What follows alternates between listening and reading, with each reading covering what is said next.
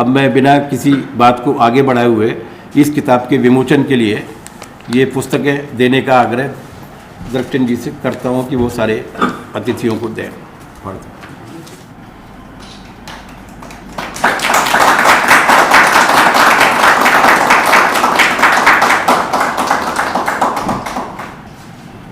पिछली बार भी इस विमोचन कार्यक्रम में जो हमारे मुख्य अतिथि थे, इस बार भी वही है। आदरणीय राजेश जोशी जी से भी निवेदन है कि वे भी मंच पर आए। बिना रामप्रकाश जी के बैठे हुए राजेश जी के होने में थोड़ी सी अपूर्णता रह जाती है, तो आदरणीय हमें किसी की आरती उतारने की जरूरत नहीं पड़ती, आरती हमारे बीच में है, वे भी मंच पर आए। जनवादी लेखक संघ के राष्ट्रीय सचिव और लोक जतन के स्थायी स्तंभकार, चित्रकार, सभी विधाओं के समर्थ रचनाकार मनोज कुलकर्णी जी भी हमारे बीच में, वो भी आए। संपादक, पूर्व संपादक जो लंबे समय तक 16-17 साल तक संपादक रहे इसके, कॉमरेड जसविंदर सिंह जी, वे भी मंच पर तशरीफ लाए। हमारे प्रिय साथी शैलेंद्र कुमार शैली जी,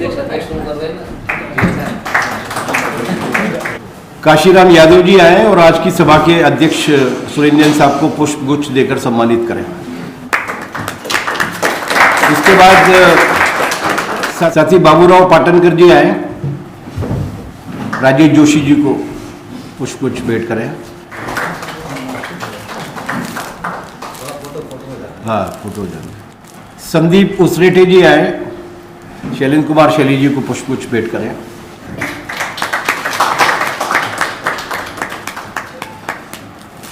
श्यामराव कड़वे जी आए, मनोज कुलकर्णी जी को दें।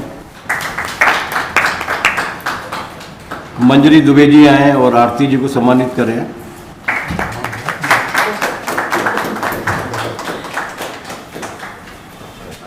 सुजीत जी आए और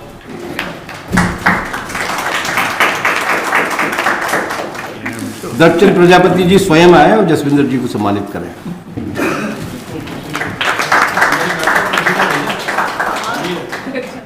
अब खुशबू केवट जी आए और हम लोग जो दृष्टचंद प्रजापति जी से गाहे बगाही मिलते हैं, उनके बीपी कितने बढ़ते हैं, जो जिंदगी उनके साथ काट रही हैं संतोष प्रजापति जी, वो किस कदर इस पूरे रचना क्रम के पीछे हैं, उनको सम्मानित करें। खुशबू जी, इनकी बेटी और बहू भी आसपास आके खड़े हो जाएं। आ जाओ।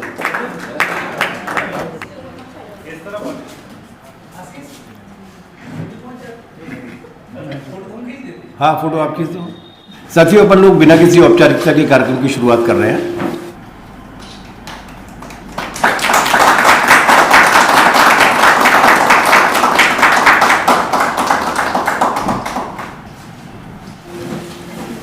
उनतीस अगस्त 2021 को हम लोगों ने इसी जगह लगभग इन्हीं सारे लोगों की मौजूदगी में दृष्टचंद प्रजापति जी की पहली किताब का विमोचन किया था, राजनीति।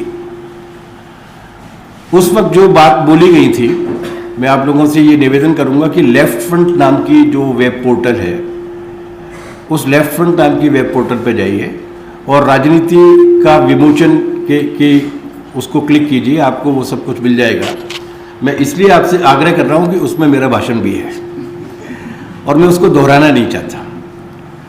उसमें जिस तरीके से इस पूरे के पूरे महत्व को रखा गया था, उसके अलग अलग आयामों को रखा गया था, उसको मैं दोहराने की बात नहीं कर रहा। मैं केवल 3 बातें कह के इस में जो हमारे वक्ता हैं, जो अतिथि हैं, उनके जिम्मे इसको छोड़ूंगा और उसके बाद पहले हम लोग विमोचन करेंगे, फिर उसके बाद जाएंगे। पहली बात तो ये कि जो बात अलग थी, जो पिछली बार बोली जा चुकी है, लेकिन उसको दोहराने की आवश्यकता है कि नया क्या है इसमें। नई 2 बातें हैं।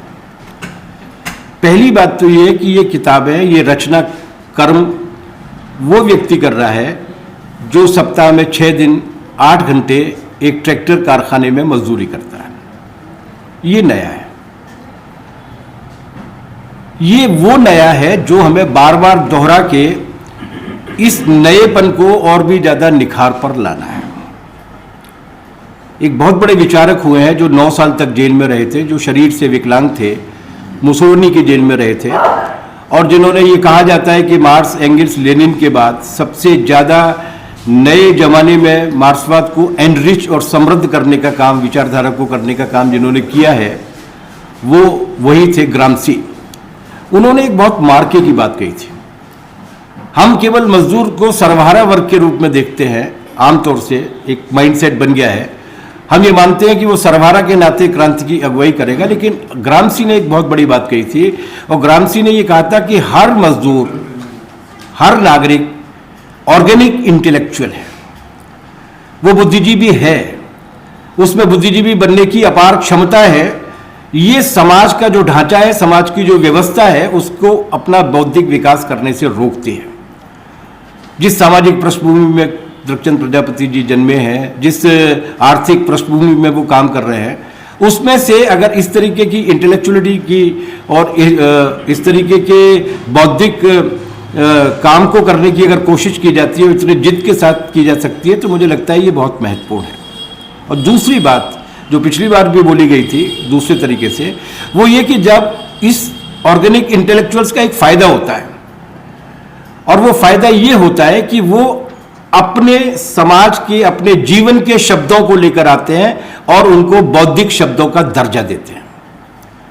ये जो शब्दों के आधार पर, भाषा के आधार पर वर्चस्व कायम करके लोगों में हीन भावना पैदा करने और अपने आप को श्रेष्ठ साबित करने की जो ठगी चली आ रही है हजारों साल से, वो तभी टूटेगी जब कोलोकियल लैंग्वेज में, भदेश भाषा में, हमारी बोलचाल की भाषा में इस तरीके के विमर्श को लाया जाएगा। तो इनके लेखन की और इनकी जो सैकड़ों, कई सैकड़ा जो वीडियोस हैं अलग अलग जटिल विषयों को लेकर, उसकी खास बात यह है कि उसमें आम जन की भाषा का इस्तेमाल किया जाए। और ये सच में बहुत ईमानदारी से कह रहा हूं मैं इस बात को, कि सबसे मुश्किल होता है सरल होना, सबसे मुश्किल होता है। मैं अभी बाहर खड़ा खड़ा कैलकुलेट कर रहा था, तो लोक जतन, लोकलहर के राइट ऐप्स, फेसबुक के और ब्लॉग के ये सब मिला के 24-25 हजार शब्द लिखने पड़ते होंगे हमें एक महीने भर में। और उनमें से कभी भी हमारी कोई भी यात्रा ऐसी नहीं रही, चाहे वो मध्य प्रदेश की रही हो, चाहे वो मध्य प्रदेश के बाहर की रही हो, जहां किसी न किसी साथी ने हमसे ये न कहा हो कि कई शब्द आपके लेख में काफी कठिन हो जाते हैं कॉमरेड। हम सायास करके भी उनको सरल नहीं कर सकते, क्योंकि हमारे पास वो शब्द नहीं है, वो शब्द इनके पास है। ऐसे जितने भी लोग हैं, जब वो ऑर्गेनिक इंटेलेक्चुअल के रूप में अपनी इंटेलेक्चुअलिटी को सामने लाते हैं, तो जाहिर सी बात है कि वो साहित्य को, सृजन को, भाषा को और विमर्श को समृद्ध कर रहे होते हैं। और इसीलिए हम लोग ये साहस जुटाते हैं।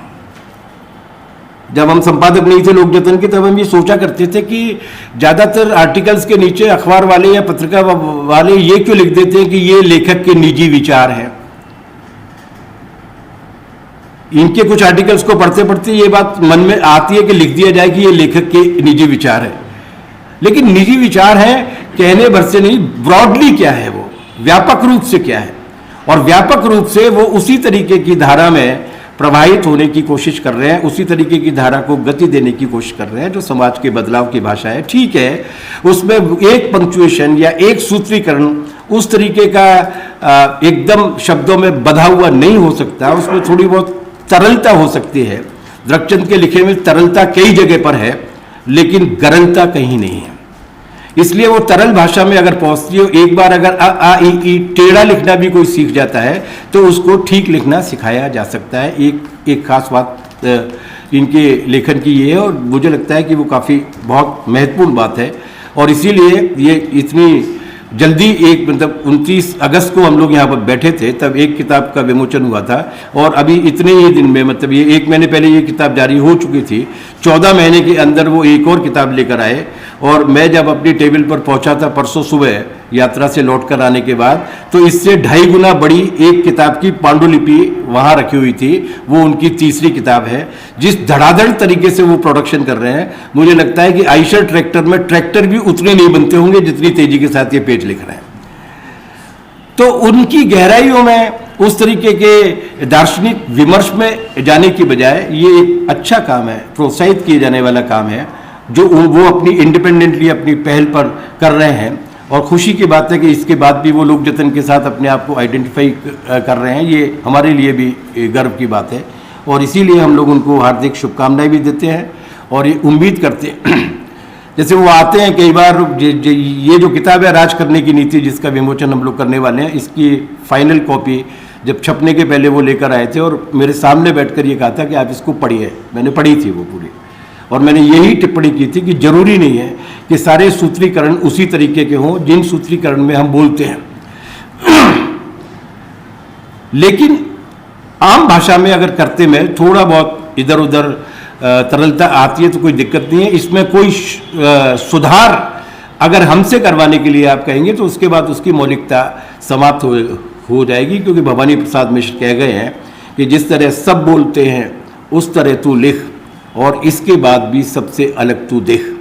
इसलिए सबसे अलग तरीके से अगर ले जाना है तो इसी तरीके से ले जाना है। हम उनको शुभकामनाएं देते हैं। इस किताब की काफ़ी प्रतियां विमोचित होने के पहले बिक चुकी हैं, लेकिन इसके बाद औपचारिक विमोचन में देर हुई, क्योंकि हम लोग चाहते थे कि कॉमरेड जसविंदर सिंह जी की मौजूदगी रहे और जो पहले हमारे सारे साथी रहे थे वो लोग भी रहें, तो तारीखों के साथ एडजस्ट करने में थोड़ी सी विलम्ब